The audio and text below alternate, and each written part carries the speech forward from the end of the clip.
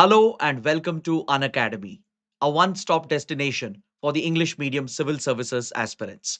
A very good morning and welcome to the most comprehensive Hindu analysis on YouTube. So let's begin the discussion by first looking at the topics that we are going to discuss. From the Delhi edition of the Hindu, I have chosen a total of 11 topics. And there are certain topics that are reported in PIB as well. So I'll be integrating the PIB articles into this discussion so that it will become one comprehensive coverage of current affairs. The idea is to ensure that you don't have to go back and read the newspaper again.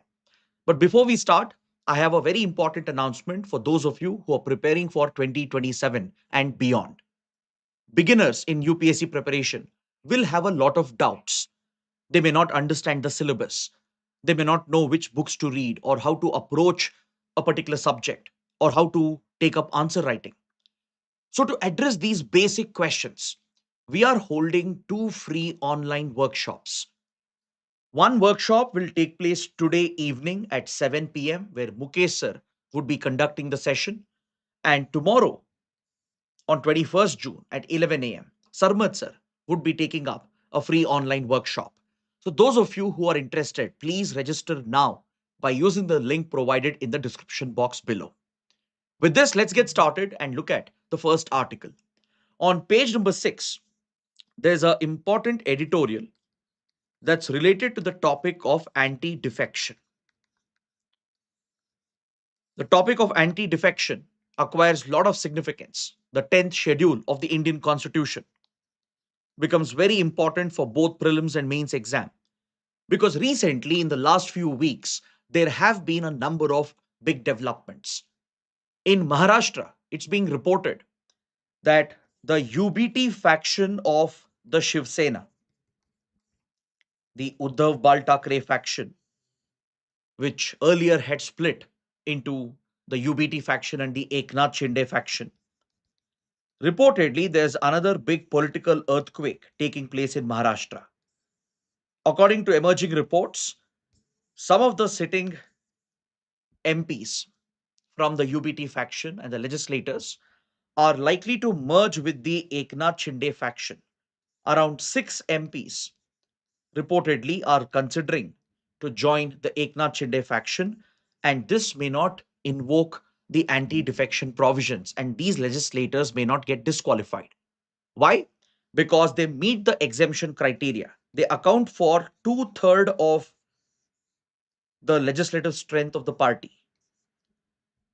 So, we have seen many such similar incidents.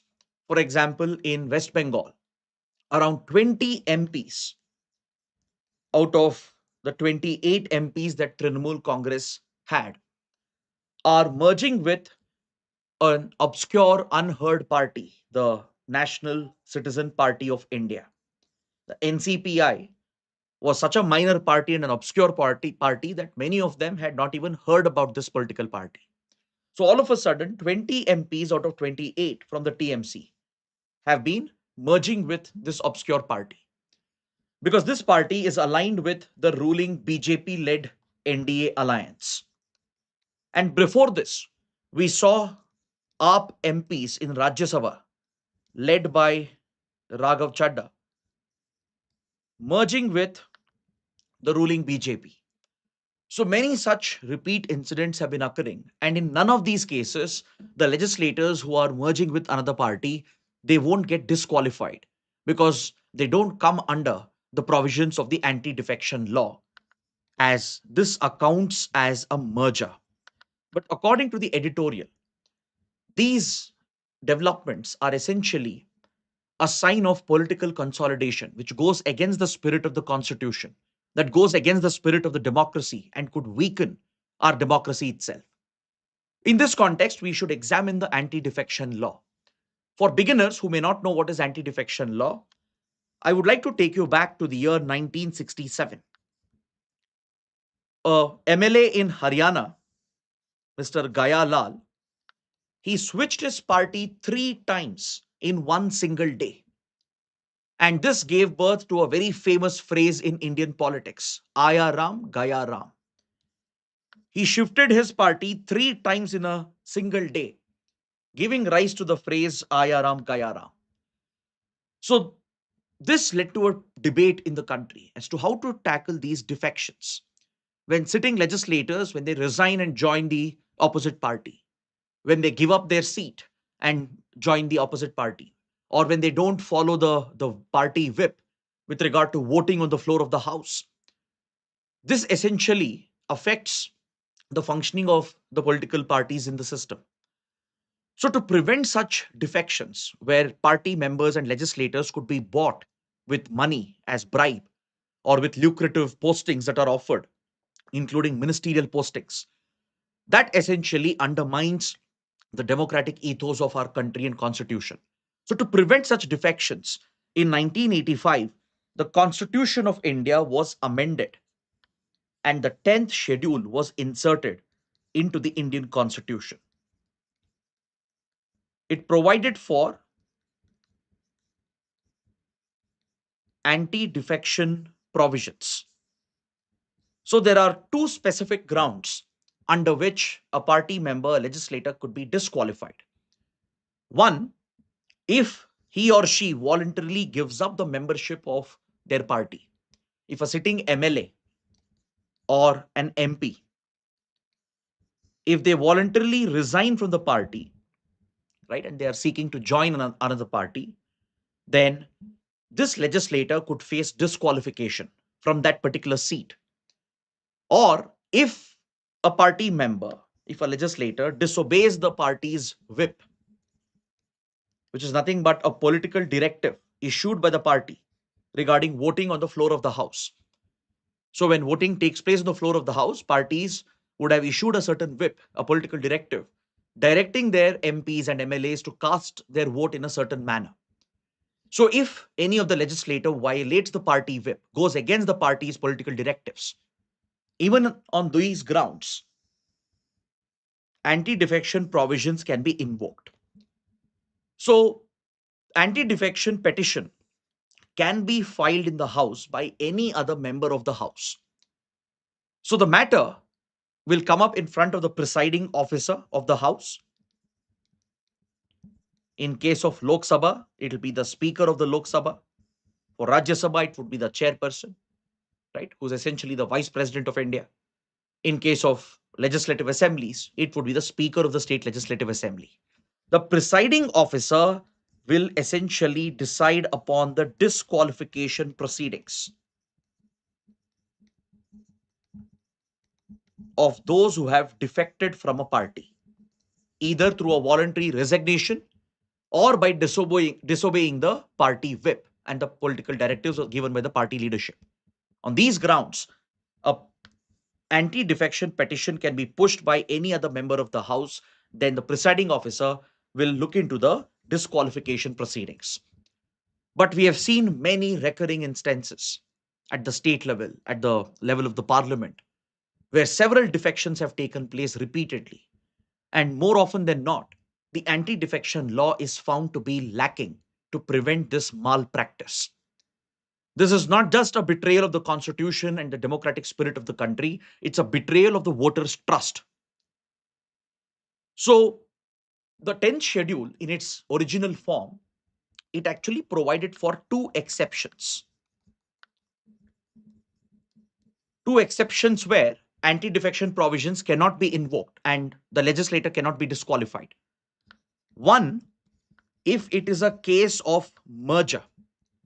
For a merger, you require 2/3 of the legislators of that party to merge with another party. In that case, it is not counted as a defection, it's not brought under the 10th schedule.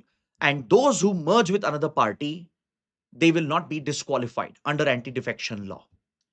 The second exception that was initially present was the split of a party. If 1/3 members of the party, if they split and form a different faction, this would not be considered as defection and they would not undergo any disqualification proceedings.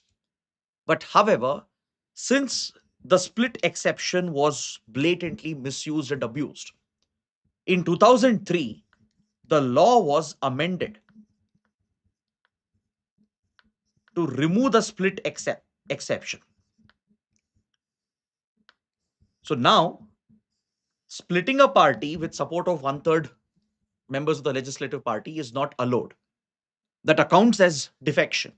But however, merger of party members with two-thirds support from the legislative party with another party is legally allowed, and it doesn't account as defection, and it will not invoke anti-defection provisions. And these legislators, they will not face disqualification proceedings. So it is this merger provision which today is being blatantly misused. The editorial argues that this is purely for political reasons to consolidate the numbers of the ruling BJP led NDA alliance in the parliament. Because currently, the ruling NDA does not enjoy two-third majority in the parliament. As you know, for certain constitutional amendments, where some federal features of the constitution, elements involving basic structure of the constitution has to be amended, it requires two-third support in the parliament, which the ruling NDA currently does not enjoy, particularly in the Rajya Sabha. For example, recently, the Women's Reservation Bill, which was being used to push delimitation, it was defeated by the opposition parties because the ruling NDA coalition could not gather the required two-third majority support that was necessary. So, this indirect attempt is being made by the ruling coalition to ramp up its numbers and support within the parliament to ensure that it hits the two-third majority mark to push whatever constitutional amendments it wants to carry forward.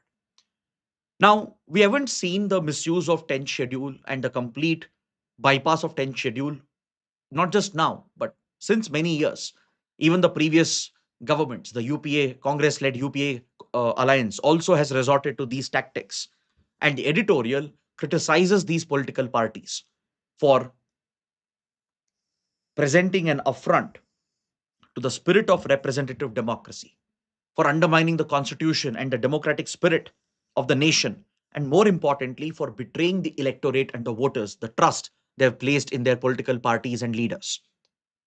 So, this leads to a conclusion that anti defection law in its current form has almost become redundant and pretty much useless, as parties have found a way to bypass the provisions repeatedly, time and again, without facing any consequences. It is quite safe to conclude that the 10th schedule in its current form has more or less become redundant and ineffective to tackle defection. So, based on this topic, please take up this practice question.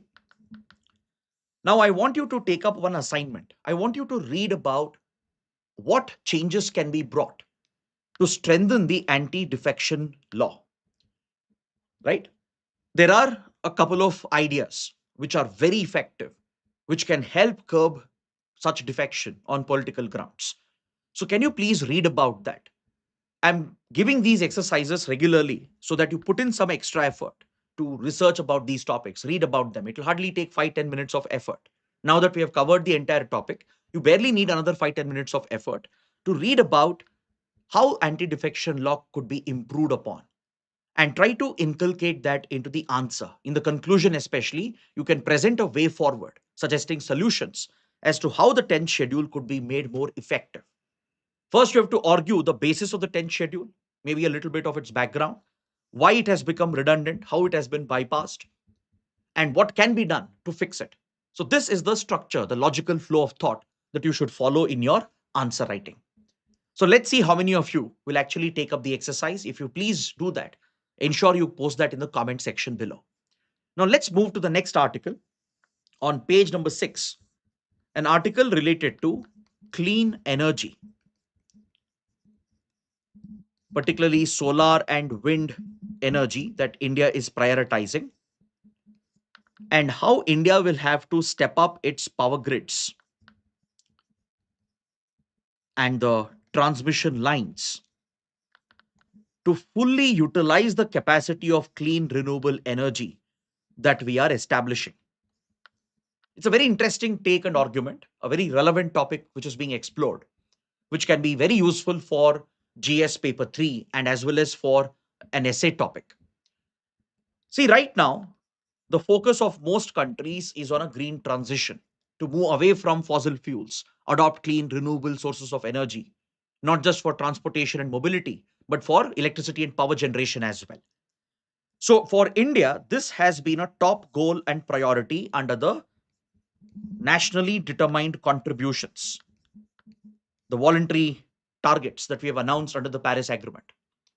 India has a very strong commitment to ensure we have at least 50% of our installed capacity coming from clean, renewable sources. And we have already achieved the target. Out of the total 500 gigawatt installed capacity, almost 250 gigawatt is today from clean, renewable energy.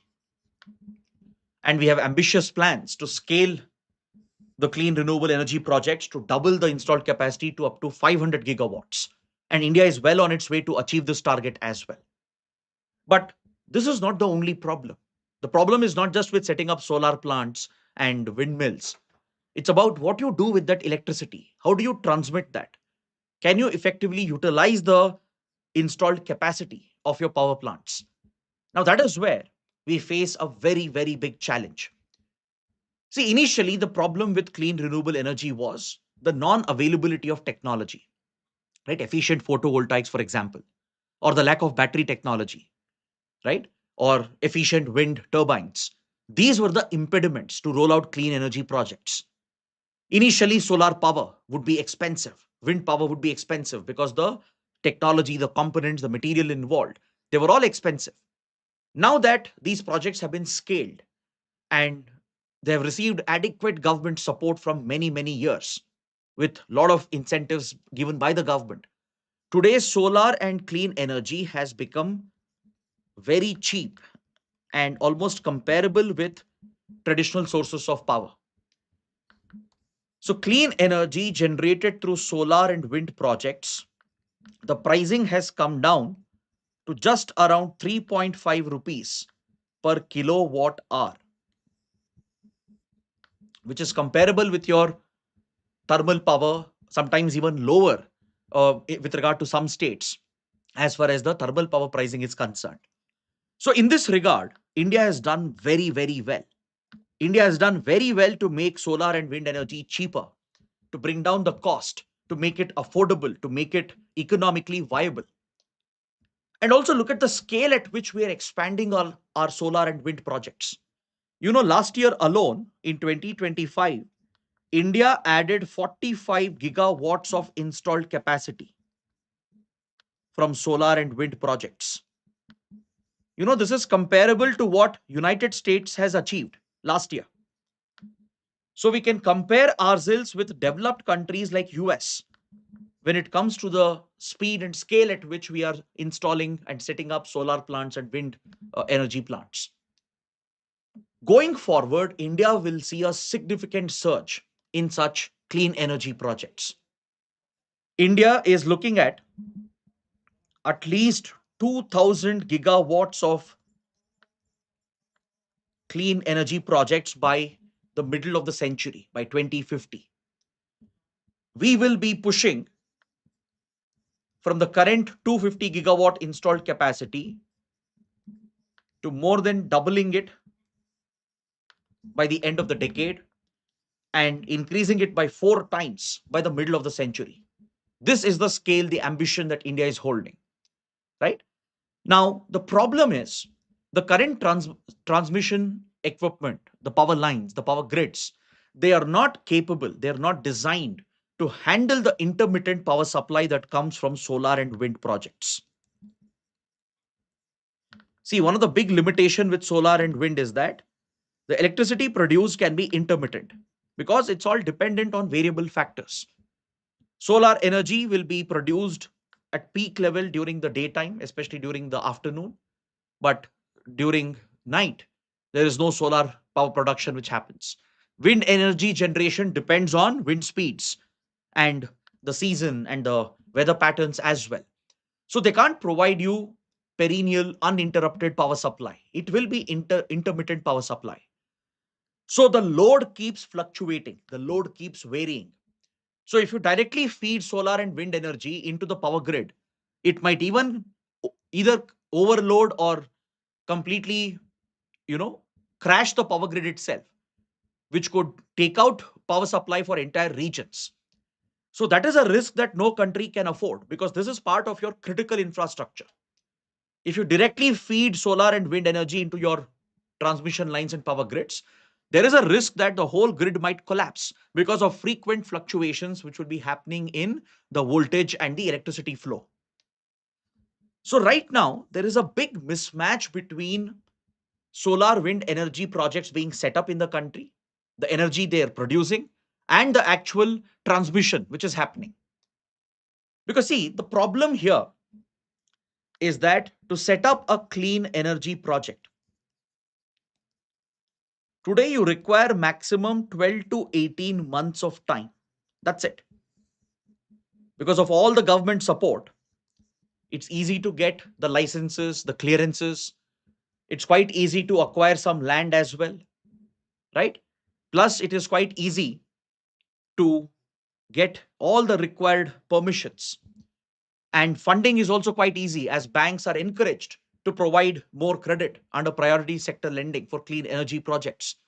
So, with adequate capital, adequate government support, and easy clearances and regulations, any entity can set up and start operating a solar plant or a wind energy plant in just 12 to 18 months. But the problem is, once the project is completed, in 1.5 years, the project gets completed. It's now ready to produce electricity. The problem is, we don't know what to do with that electricity. Meaning, this electricity or energy is getting stranded. It's not being utilized. It's not being fed into our power grids. According to studies, our utilization of clean energy projects right now is just at 25%. Almost 50 gigawatts every year is being wasted. It's being stranded because the transmission lines and the grid has not been scaled up.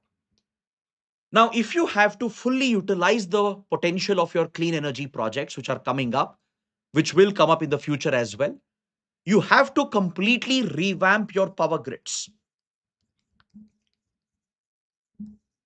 But such a massive nationwide revamp is very costly and expensive and time consuming because setting up complete new transmission lines with advanced power grid infrastructure will require massive investments.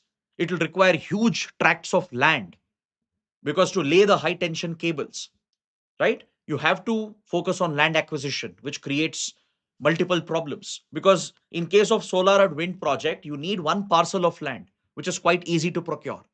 But when you need large tracts of land for linear projects like power transmission lines and grids, land acquisition becomes a huge hurdle. Then getting requisite permissions, approvals, dealing with interstate regulations, this becomes a huge challenge for the operators of the grid facilities. And they are taking anywhere between 3 to 5 years to complete a new transmission project. So look at the mismatch here. A new solar wind project can be completed in 1.5 years, but a new transmission project will take 3 to 5 years. So as long as this gap is present, you will keep wasting the solar wind capacity that you have installed. Clean energy will remain stranded, and it is nothing but a waste of your investments. You're underutilizing your grid capacity. That is why the writer here is suggesting some solutions. There are 4 specific solutions that provide a short term relief. Because every year, right now, 50 gigawatt of clean energy is being stranded, and you can't afford that. This is not sustainable. Now, you can't sit and wait for long term solutions. Yes, long term solutions are required, where you completely revamp the entire power grid itself.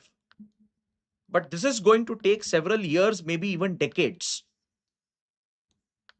So, since the gap will always persist for another 30, 40, 60 years, you have to focus on certain immediate solutions, quick fix, easy solutions, where you can optimize the existing power grid. This is one of the solutions. You optimize the existing power grid, make it suitable to carry the intermittent power through certain changes, which can be done quite easily with less investments and less time. So, this will give you a quick fix solution for the next few years, maybe 10, 15 years. Parallelly, you keep your focus on long term solutions to revamp the entire power grid, which might take 20 to 30 years. It's a mix of both approaches that India requires right now. So, what are these short term solutions, short to mid term solutions, which can help you optimize the existing power grid to fully utilize the clean energy which is being generated? One solution is that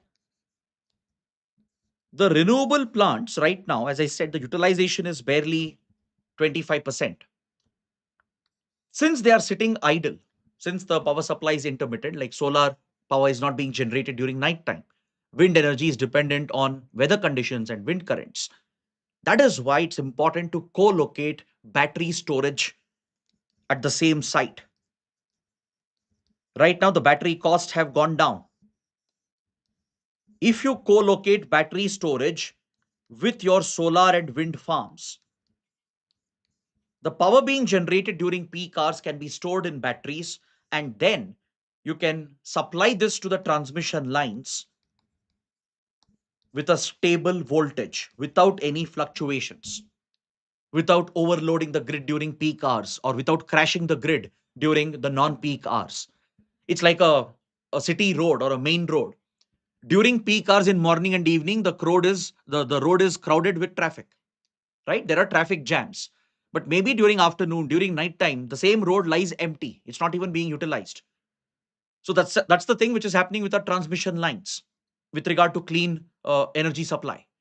Because of the intermittent nature of the power supply, if you co-locate battery storage at the same location, at the same site, if there is a solar plant or a wind farm, right next to it, a battery facility where the intermittent power can be stored, and then the voltage can be corrected and the right load can be supplied uninterrupted to the transmission grid to ensure seamless power supply. So this is one of the easy quick fix solutions.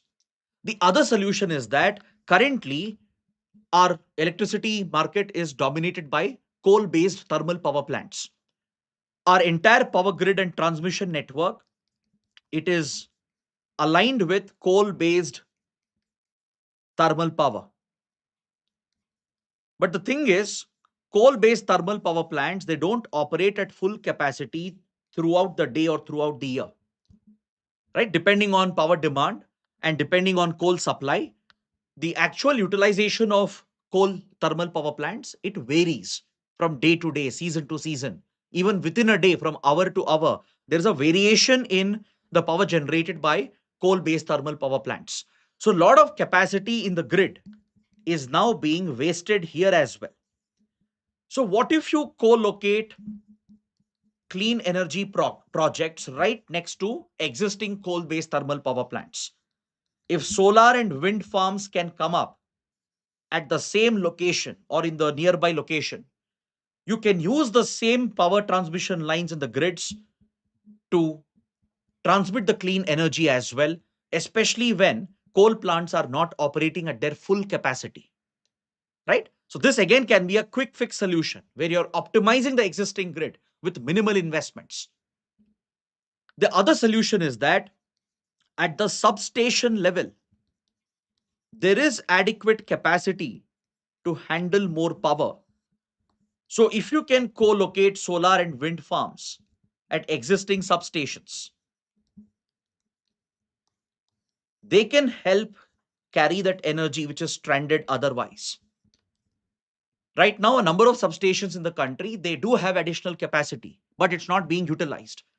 So if you ensure that solar wind farms come up near existing substations, you can fully utilize their capacity, thus reducing the stranded clean electricity. Then finally, fourth solution. Right now, power transmission in India is quite inefficient. There is a lot of power loss, a lot of wastage because of the old wires and equipment that we are still using. If you look at the high tension power lines, the wires that are used, right, the metal combination which is used, their conductivity is pretty poor. They have a lot of thermal loss. They are subjected to a lot of changes because of high temperature, where the wires start sagging during summer months, which affects conductivity and transmission capability. This results in a lot of transmission loss and wastage of power and electricity. So today, modern wires can carry double that power.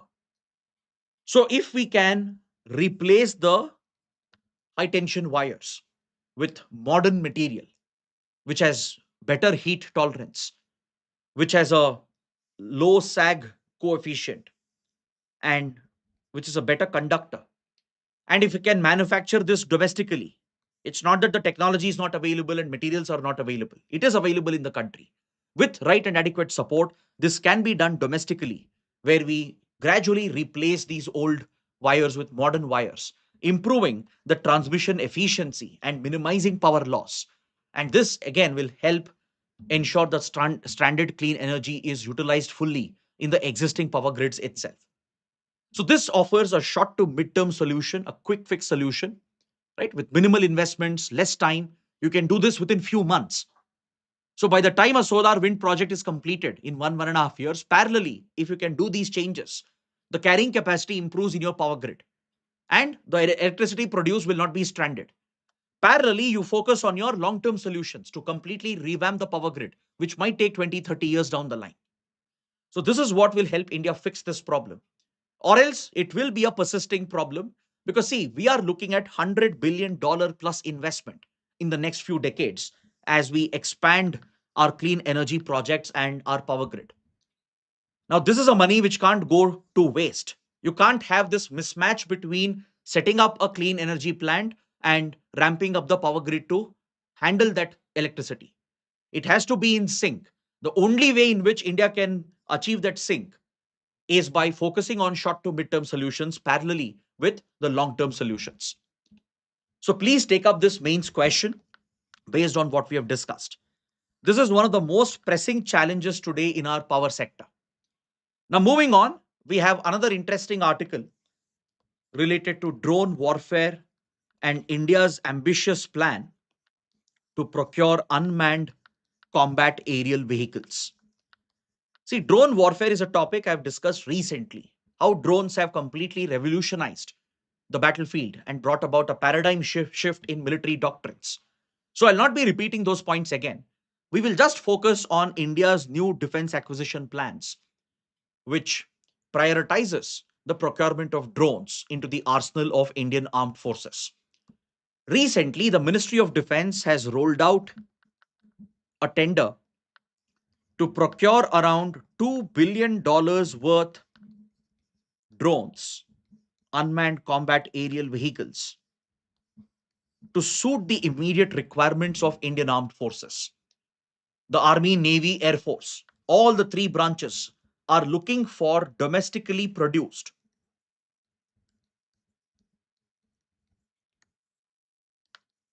low cost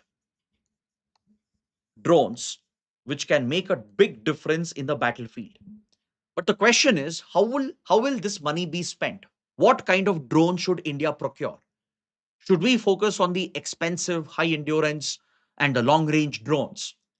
Or should we just focus on the cheap, low cost commercial drones that some countries have recently used in ongoing conflicts with great precision and effectiveness?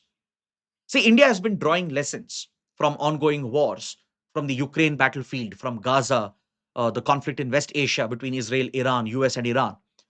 The Indian military forces and the strategic establishment, they have been studying these developments, understanding the changing dynamics of modern warfare. See, till now, our focus with regard to drones and unmanned aerial vehicles was on procuring multi-million dollar systems. For example, from several years, we have been buying Israeli drones, which are quite expensive, such as the Heron and the Searcher drones. Heron and Searcher drones were mainly used for ISR missions, for intelligence gathering, surveillance, and reconnaissance. These were not armed versions of the drone. The initial Israeli drones we procured, the Heron and Searcher, which has been inducted into Indian armed forces, intelligence agencies, and even border guarding forces. They were mainly procured for intelligence gathering, surveillance, and reconnaissance. And these are expensive platforms. They have higher endurance with a longer range, and they are quite expensive, requiring more capital. Now, of late, we are looking at Israel to procure armed version of such drones, including the Harop and the Harpy, which has loitering munition capability as well. Now, these systems are quite expensive. Apart from that, from United States, we have recently bought the MQ-9B Reaper drones that you can see in the image over here, which is an upgraded version of the Predator drones. The Predator and Reaper drones of the US, they've proven their battle worthiness, right? In Afghanistan, in Yemen, in Iraq, in Syria. So in conflict zones across the world, US armed forces and the CIA have used Predator and Reaper drones with lethal precision to carry out precision armed strikes to eliminate high value targets, particularly terrorist modules or terror leaders. So India has been picking up the MQ-9B Reaper drones primarily for maritime surveillance, aerial reconnaissance, and even for armed precision strikes if required. Now, all these drone systems that I'm discussing from US and Israel, they are super expensive. These are multi-million dollar systems. Yes, they do have high-end technology. They have high endurance, longer range. They can carry advanced weapons, right? They have advanced counter electronic warfare suites to defeat enemy air defenses. They have inbuilt stealth features as well. But however, modern warfare has shown that you can't rely just on these high end traditional drones because Ukraine has carried out one of the biggest innovation in the battlefield by using commercial quadcopters and FPV drones, which were mainly developed for videography, for commercial recreation, and even as a toy. These low cost, cheap drones have been very smartly mass produced by Ukraine, mated with ammunition and warheads, and used super effectively against Russia. For example, just day before yesterday, have you heard that in Moscow, in Kremlin, Ukraine managed to rattle the Russian leadership by carrying out massive strikes in Moscow using cheap drones that have been basically altered. And Ukraine has done it domestically with very limited foreign support. It has innovated and it has relied on its own industrial strength and capability to use commercially available technology and turn this into a lethal weapon in the battlefield, which has helped subdue a much stronger opponent. This is exactly what Hezbollah has done, Iran has done. If Iran could push back the US, hit multiple American bases and assets across West Asia, even strike Israel and breach Israeli air defenses, the credit goes to the low cost Shahid drones that Iran has pioneered. And it shows how these drones can be super effective in the battlefield.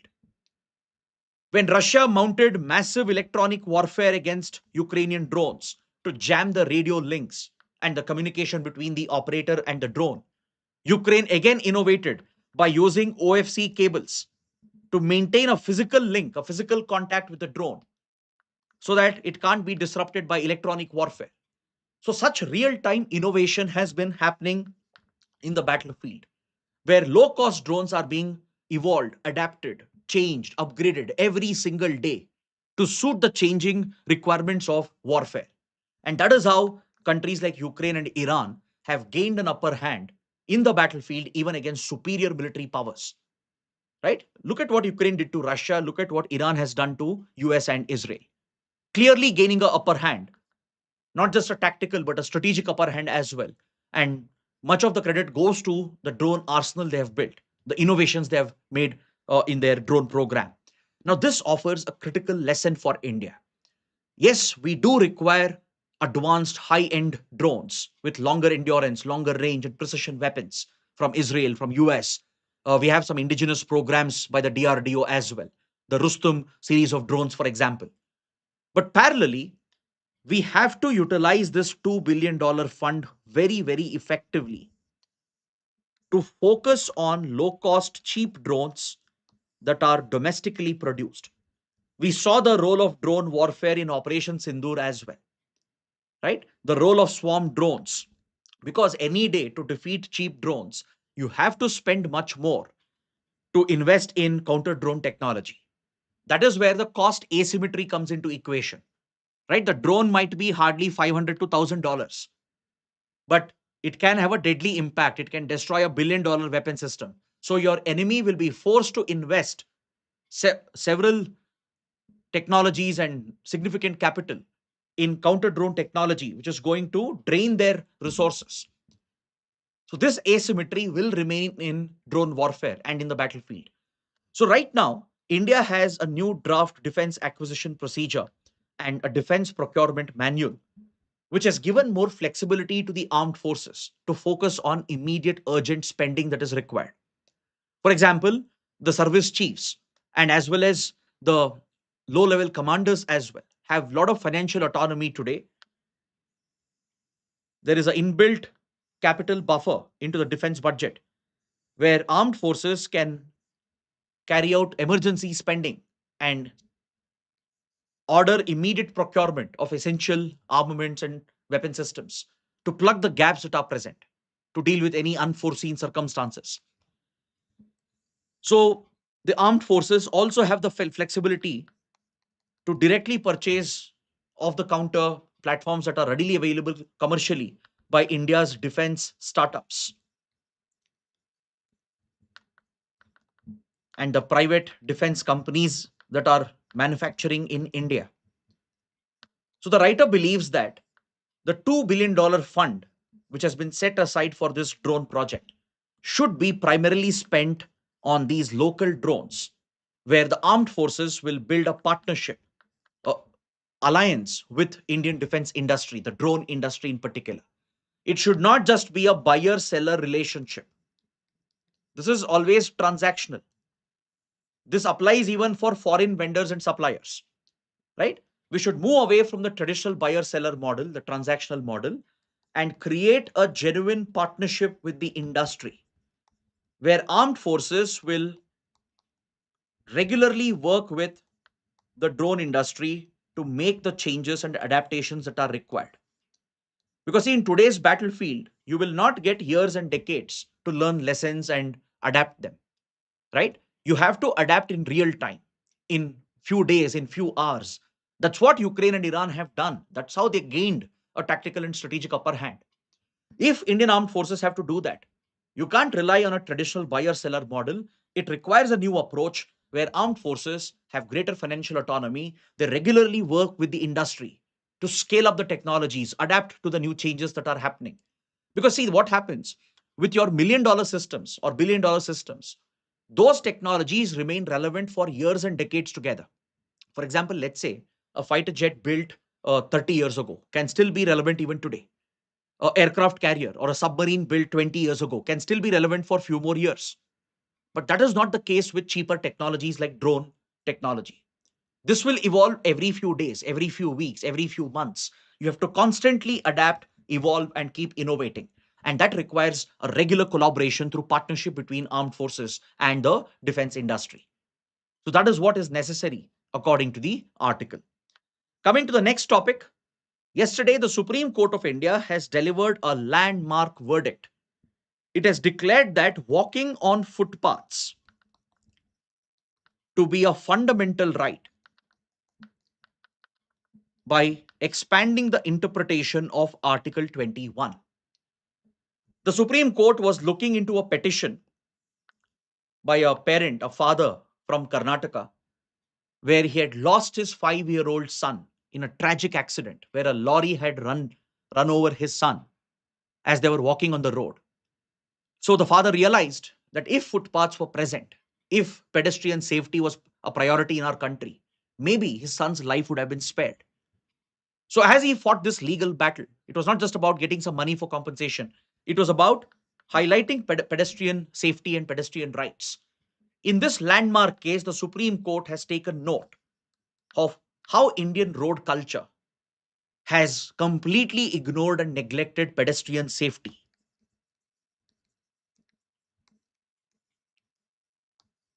Forget pedestrians having a right. Pedestrians are not even considered in road planning. I'm sure many of you must have experienced this. It's become a horror to even walk in Indian cities, right? It's a horrific, traumatic experience to cross roads, to cross national highways. Because pedestrian safety, pedestrian rights, walkways, and footpaths are never a focus in India. There is no culture which is built. I'm sure many of you also might have done this when you're driving a two-wheeler or a car or any vehicle. If a pedestrian comes in front of you, you get annoyed by it, right? You honk, you even try to speed up to scare off the pedestrian because you know you have a upper hand, right? And honestly, there are few drivers who may not even hesitate to hit the pedestrian. So many such horrific cases occur in the country. So even walking in our cities is dangerous. It can be fatal. So this culture is something the Supreme Court is trying to change. It is a landmark step, but the question is, will it be effective? So Article 21 that guarantees right to life with dignity, it has been given a wider interpretation since 1970s by the Supreme Court of India, right? It has been expanded to include the right to a clean environment, for example. So, on similar lines, the Supreme Court has expanded its interpretation and it has essentially ordered that right to walk on footpaths, right to have access to walkways and footpaths is a fundamental right. Now, what does this mean? What changes will it result in? What can you expect from this?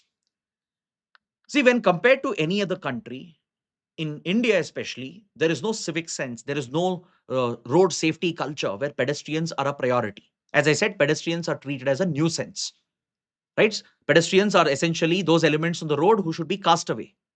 They're never a focus. Now, when you go to other countries, I'm not saying developed countries like US, Australia, or Europe, even if you go to other countries which are India's peers, right? Or in our own neighborhood, you go to Sri Lanka, for example, you go to Thailand, you go to Indonesia, pedestrians are treated with respect. In fact, vehicles stop when pedestrians are trying to cross, right? Vehicles, they show that respect to pedestrian rights. They stop, slow down, giving enough time for people who are walking. No wonder in many other countries, walking is a part of the city culture and city life. In India, you tell me who likes to walk on our streets, right? Even if there is a footpath, it'll end abruptly, right? And if the footpath is there, it is always occupied either by vehicles, it has become a parking spot. And you know some drivers who make it into a road as well, riding vehicles on footpath just to get quickly to their destination. Or there will be street vendors, hawkers who have encroached the footpath completely, or the shops on the road side who would have completely encroached the footpath as well, which is public space and public property. Or the government itself, your own municipal body, your city corporations, they would have dug up the footpath and filled it with construction debris, right? In many places, the footpaths are so dangerous, they're not laid properly, that many people have fallen into the drain that might be present under the footpath and suffered life threatening injuries. So, that is the horrific state of pedestrians in our country. Now, how do you change this? Yes, the Supreme Court ruling will help, but will it actually result in changes to the ground? That is highly unlikely. Because, see, when it comes to pedestrian safety and creating footpaths, the responsibility lies with your municipal bodies, your town planning committees, your city corporations, and the road planning and street design guidelines. Unless and until they make it a priority, nothing is going to change on the ground. Because, see, whenever the Supreme Court has tried to provide for a rights based approach, it has not translated into actual implementation on the ground. Now, along with declaring walking on footpath as a fundamental right, the Supreme Court has said something else. It has created a legislative framework to recognize the responsibility of local bodies to create footpath facilities for walking purposes to ensure the safety of pedestrians. It has given a framework for the government. The government can even frame a law based on this, given that Supreme Court is declaring it as a fundamental right, and place this responsibility on the concerned stakeholders to create the footpath infrastructure which is necessary. But the problem is such judicial intervention and legislative frameworks, rights-based legislative frameworks, have not yielded results in the past. Or take, for example, the well-intentioned Street Vendors Act of 2014. It was brought out to prevent the harassment of street vendors. Again, you go to any other country, there are dedicated spaces where hawkers and street vendors are encouraged. This is part of your city food culture, right? And it helps local businesses, it helps the urban poor to sustain a livelihood. But in India, millions of people depend on the street to run their businesses, to run their street carts. But they are harassed by the police, harassed by local authorities. They have to keep paying bribes to everyone. They might get evicted. So, to prevent such harassment, this law was introduced to uphold the fundamental right under Article 19, Clause 1, Subclause G, the right to any trade, business, and profession. But however, it has not been implemented properly. In fact, it has been misused by municipal bodies. They are still using the Street Vendors Act to evict the street vendors and hawkers without creating adequate space for local businesses. This is what happens eventually, right? So even if, let's say, a law is brought in to place this responsibility on municipal bodies to create footpaths, what they might do is that they might criminalize encroachment of footpaths. They might target shop owners and street vendors to evict them from occupying footpaths and generate some fines from there. They'll turn that into a new bribe activity as well. But it may not actually result in improvement of footpath infrastructure in the country. So that's why it requires the state to divert adequate funds and push the local bodies to prioritize pedestrian infrastructure at the ground level, right? So this requires citizen participation. This requires local planning. It requires adequate push by the state government as well to push the the local bodies, the municipal bodies and the town planning committees to focus on creating adequate pedestrian infrastructure from footpaths to subways to sky bridges. This infrastructure is essential. It also requires awareness. It requires a culture, right? It requires behavioral changes amongst Indians. So let me know what you think about this. Is it possible for India to ever focus on pedestrian safety? What can be done? And if you have experienced any such horrific incidents on the road when you're walking, please let us know in the comments. Next, a quick update on the Telegram ban, which we have discussed yesterday. As we spoke yesterday, the Delhi High Court was looking into a petition by Telegram opposing the temporary ban. But Delhi High Court has upheld the ban on the platform imposed by the central government. As discussed yesterday, the Ministry of Electronics and IT, has used the extraordinary powers, the emergency powers of Information Technology Act under Section 69A.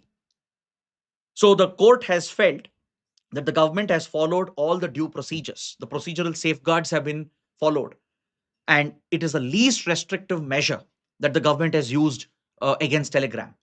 Because, see, according to the government, it has submitted in the court, in the Delhi High Court, that previously attempts were made to block specific channels, groups, and accounts which were claiming to circulate the leaked NEET paper. But this has not worked because these miscreants and criminals who are running an organized mafia to leak question papers or at least claim that they have leaked question papers, they open mirror accounts and other copycat accounts. And government entities have found no other practical solution, right? Since the scandal broke out, since the first NEET exam, government has tried blocking several channels on Telegram, groups, and accounts, but it has not worked because these entities, these criminal elements, miscreants, they've managed to open other accounts. They've managed to mirror the accounts or just shift to a new account altogether, thus rendering the targeted ban pretty much useless. See, under the IT rules of 2021, under Section 79 Safe Harbor provision, government can mandate all social media companies to exercise due diligence and cooperate with authorities. It can ask for specific bans to remove certain content, block certain accounts. So this route has already been tried. That's why the government feels that now the least restrictive measure is to place a temporary ban on Telegram. See, in the Anuradha Basin case, as we discussed yesterday, the Supreme Court had laid the test of proportionality. That any restriction on internet should be proportional and it should be the least restrictive and it should be open for judicial review. Now, government has argued, since we have tried every other route, it has not worked. And misinformation was spreading on Telegram. Miscreants claiming that NEET paper is leaking again, which could impact the exam process and the mindset of the students. So the only way the government has found is to place a temporary ban. It's not a permanent ban. If it was a permanent ban on Telegram, it would be disproportionate. So the court has agreed with government's argument that this was a proportionate ban. It was a least restrictive measure as other available means and methods have already been tried. So as a result, Telegram has not got any relief and it remains blocked in India till the NEET re-exam is completed on 22nd June. Next, there's an important environmental study focused on the glacial lakes in Arunachal Pradesh. This study has focused on the 5 priority glacial lakes identified by National Disaster Management Authority. See, across Himalayas, we have up to 26,000 plus glacial lakes stretching from Afghanistan-Pakistan belt all the way till Tibet-Myanmar belt. In the Indian stretch of Himalayas alone, there must be around 16,000 plus glacial lakes. And out of them, many of the glacial lakes face a bigger risk due to global warming, rising temperatures. So glaciers are retreating.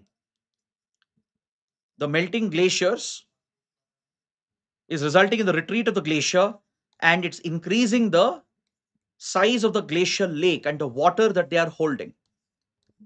Now, these glacial lakes are a big risk. It's a hazard because glacial lakes, as you can see in this schematic, they are held by moraine structures which are not strong enough to hold the water behind them. Moraine structures are nothing but the natural dam-like structure which is formed with rock and debris and organic matter, which is holding the melting water behind, creating a natural reservoir, which is what we call a glacial lake. So as the glacier melts, the water collects over here and the moraine acts like an embankment, like a dam-like structure holding it back. But as the retreat accelerates, as the glacier melts faster due to higher temperatures and global warming, the water collected increases, puts more pressure on the moraine, on the embankment, and it might breach. There could be other contributing factors. Could be a landslide, earthquake, avalanche, heavy rainfall, cloudburst. Any of these primary disasters can rupture the embankment, the moraine embankment, resulting in a flash flood down the stream,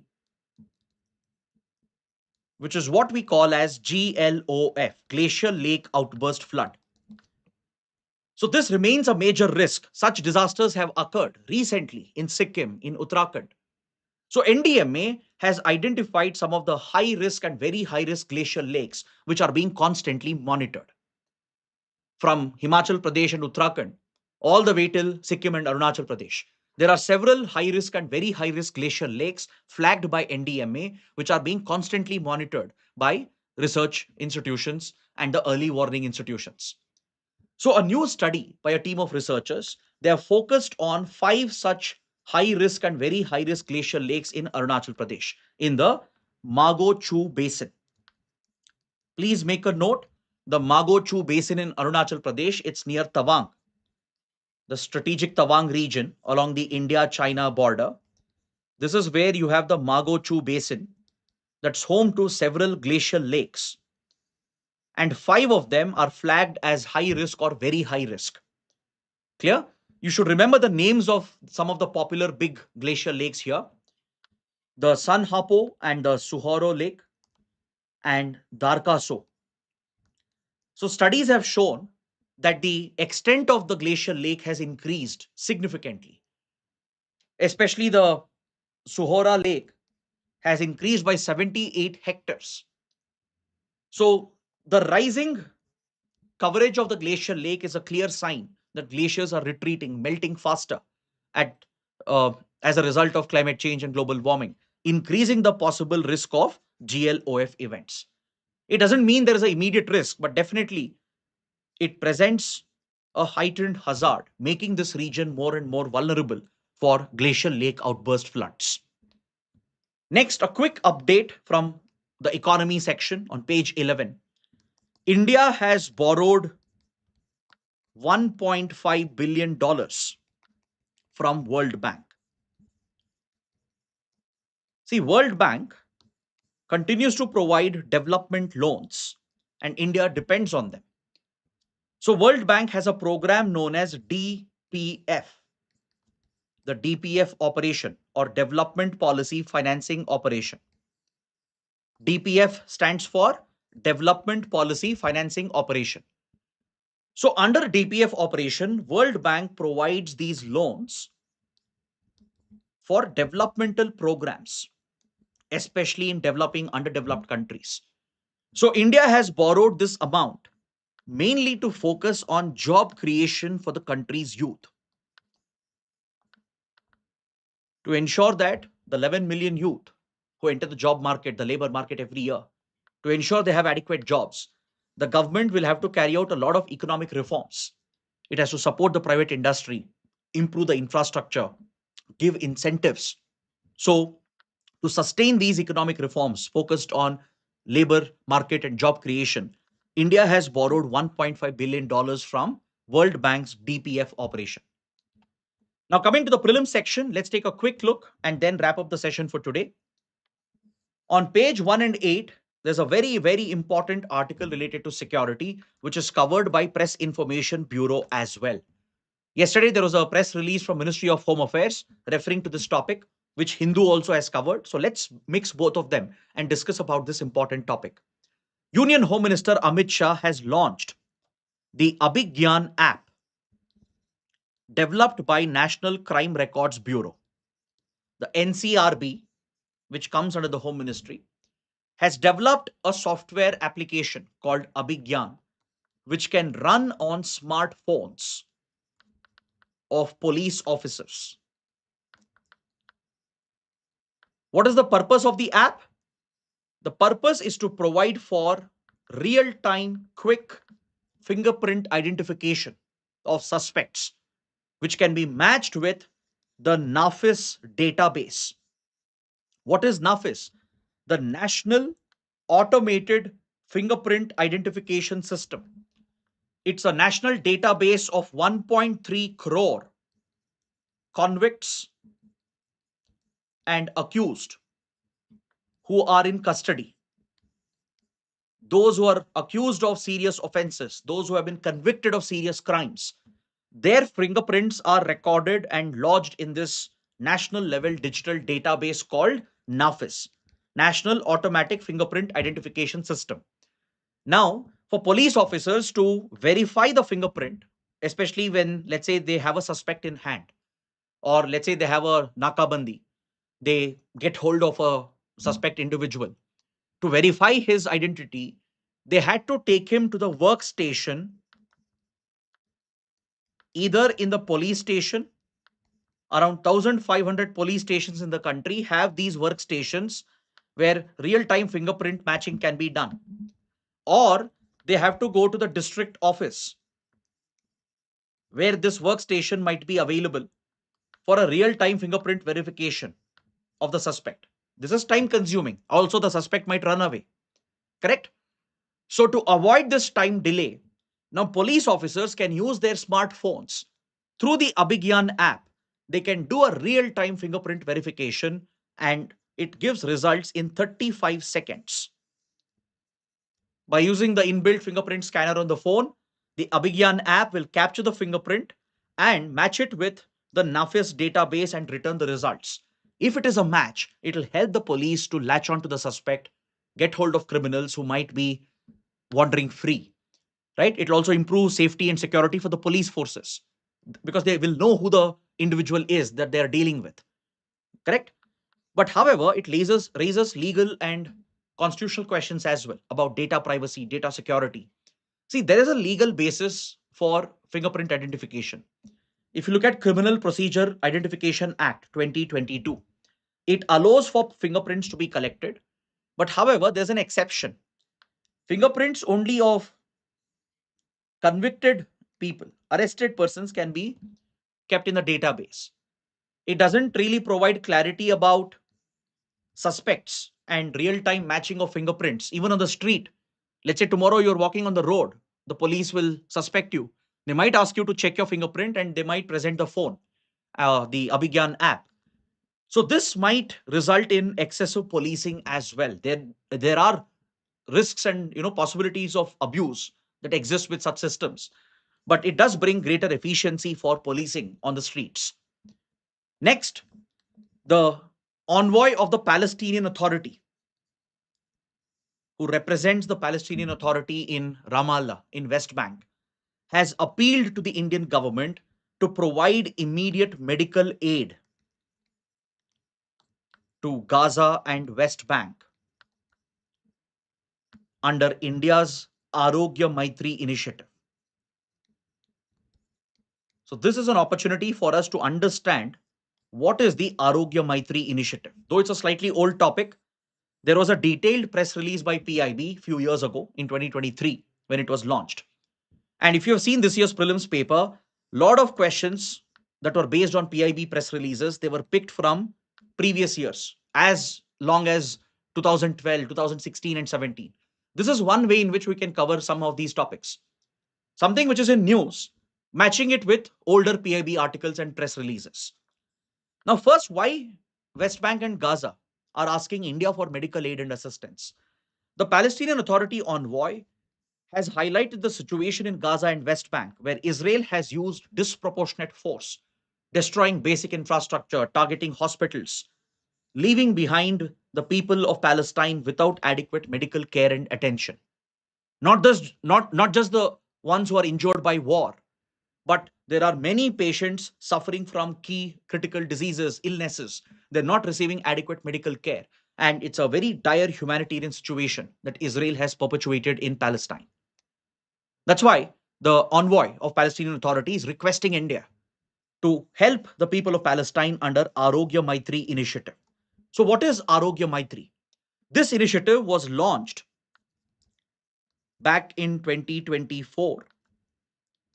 It was scaled up and introduced as a follow-up to Vaccine Maitri initiative that we had rolled out during COVID-19 pandemic. During COVID-19, India supplied free vaccines to more than 100 countries under Vaccine Maitri initiative as a humanitarian assistance, as a disaster management assistance. Based on this, in 2023, Aarogya Maitri initiative was rolled out, which includes a project called Project BHISHM that was introduced in 2024. So Aarogya Maitri received a big upgrade in 2024 when Project BHISHM was rolled out.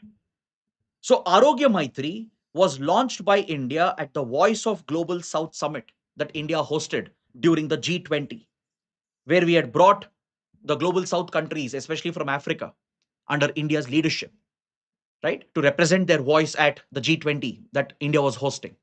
That's when Aarogya Maitri was launched based on the success of Vaccine Maitri initiative as a humanitarian disaster management initiative to provide medical aid and assistance, medical supplies that are required in disaster zones or war and conflict hit areas. In 2024, India introduced Project BHISHM, the world's first mobile portable hospital, which we have been gifting to many friendly countries. PM Modi gifted the BHISHM cubes to Ukraine to help Ukraine deal with the fallout of the war. These BHISHM cubes, it stands for Bharat Health Initiative for Sahyog, Hita and Maitri. You can see the cubes here in the image, the ones that look like a tent. These cubes are self-contained medical units. It contains all the required medicines, even surgical equipment, some facilities which allows life-saving surgeries and procedures to be carried out. So this can be easily deployed in a disaster hit area, in a war zone, to treat the injured and the victims, provide immediate medical care, first aid, and even carry out life-saving surgeries and procedures. We have gifted this to Maldives and many other countries as well. So under Project BHISHM, India has indigenously developed this portable medical facility. Look at the basic facts. These cubes, there are 36 mini cubes which form one mother cube, and two mother cubes create one complete BHISHM cube. Up to 200 patients can be handled in one such BHISHM cube, right? Various injuries can be treated. Basic first aid, medical aid can be provided. It has advanced technological support in the form of RFID and digital support in 180 plus languages. It has mini ICU like facilities as well to carry out few life saving surgeries and procedures. So, this is the ambitious initiative of India. It will be deployed in India's disaster prone zones, and it can be deployed in foreign countries as well to assist them on humanitarian grounds. Next, a quick development with regard to Financial Action Task Force. A senior Indian civil servant, the current secretary in the Ministry of Culture, Mr. Vivek Agarwal, has been appointed as the vice president of FATF. See, at FATF, a leadership change is going on. UK will be taking over the presidency, and a vice president had to be elected and nominated. So, this time, an Indian candidate, a well known Indian civil servant, the current secretary in the Ministry of Culture, Vivek Agarwal, has been appointed as the vice president of FATF. That's because Vivek Agarwal has experience in working with FATF previously.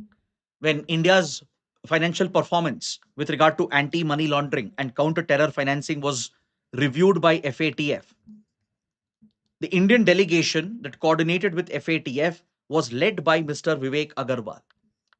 So, this gives India enormous influence within FATF to tackle money laundering and terrorist financing. And this can be very, very crucial right now as we are seeking to corner Pakistan for failing to act against money laundering and terrorist financing.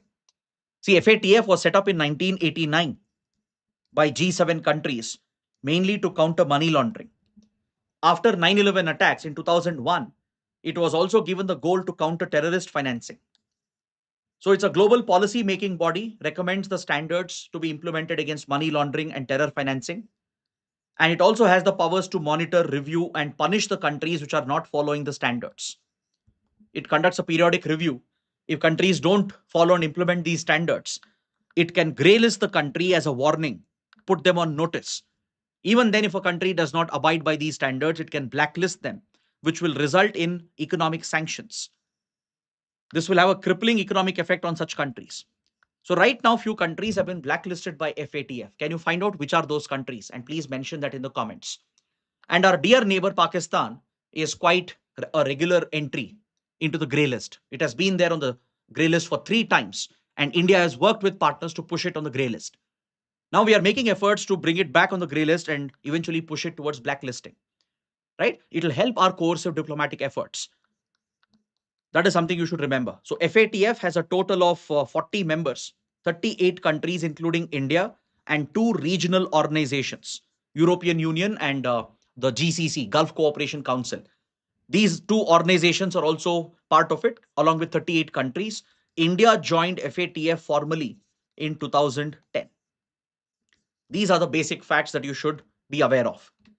Coming to the last topic, President Draupadi Murmu has spoken about India's progress towards eliminating sickle cell anemia. So, this brings us to the topic of what is sickle cell anemia and what is India's national mission to eliminate or eradicate sickle cell anemia.